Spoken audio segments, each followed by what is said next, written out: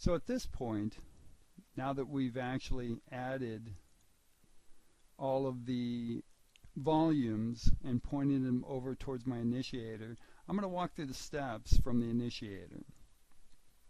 So we're dropping over here again, showing the disk partition and size. Now to get to the iSCSI initiator, we're going to drop into Tools, and if you look down here, the fifth one down is iSCSI Initiator. We'll select the initiator. At this point, it's giving me a warning that the service is not running, and really if you want to make your storage persistent, you'll need to select yes to have it restart when the server reboots or restarts at any point. I'll go ahead and select yes at this point. That will bring up the iSCSI Initiator properties. Now, if from the targets I wanted to go ahead and add the IQN number of this initiator instead of IP address, I could have done that from this point and pasted that in to each one of the targets instead of the IP address. But for now, we're just using everything with IPs. So from this point, I'm going to start adding my targets. And the first one I'll add is my target 1. I'm going to select Quick Connect, and that's going to show the IQN number of the discovered target on that IP address, and the login succeeded.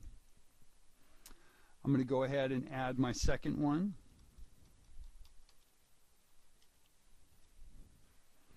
Again, choose Quick Connect, and login succeeded.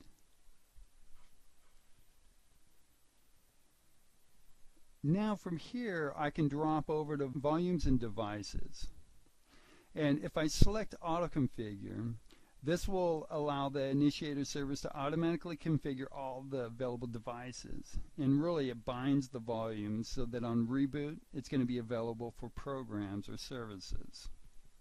So I'll go ahead and click that, and if you notice, all 5 of my drive targets are showing up. And at this point, I'll go ahead and select OK.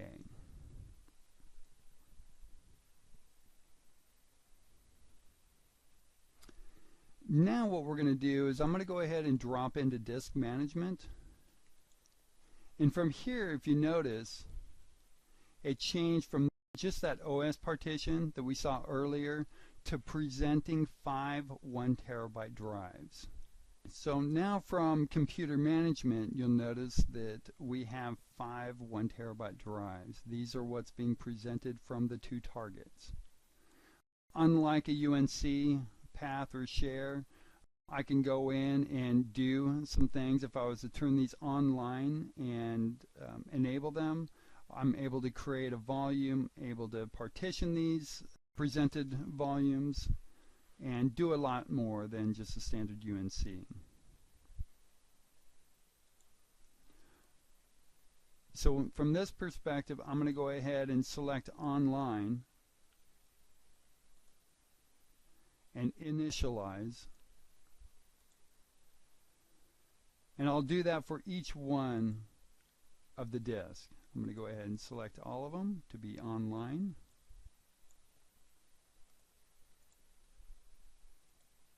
And once we have them all online, I can go in and initialize the rest of them, 2 through 5. I don't have to do them one by one.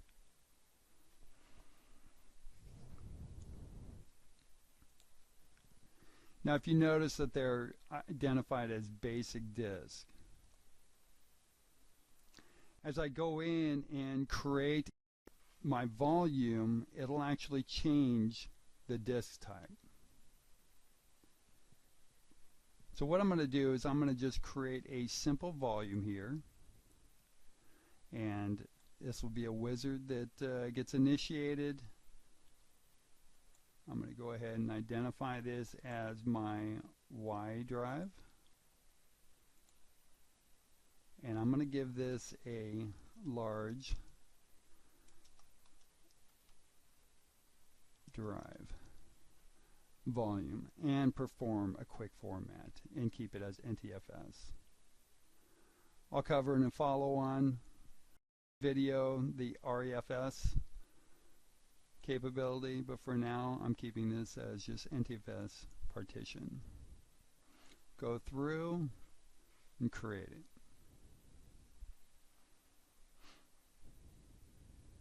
And this now is identified as a healthy partition.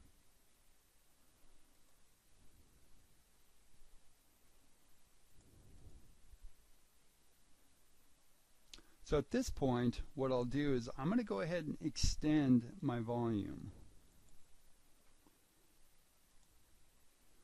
And here I'm going to go ahead and add each one of the additional drives.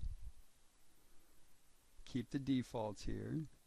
And I'm going to choose Finish. And again, this is telling me that it's going to select the basic disk, it's going to convert them into dynamic disk. Some people will go in and individually create these basic into dynamic. I like to just wait until I go through the volume step to just have it automatically perform that task for me.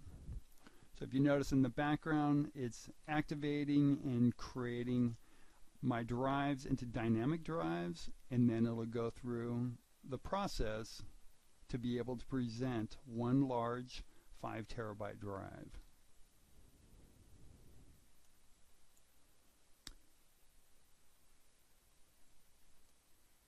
And here we can see that this is a span drive, dynamic disk, healthy, and 100% free from this perspective.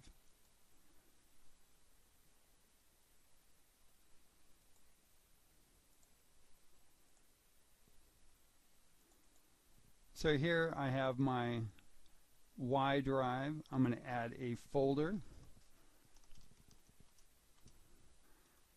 From here I will add a simple text.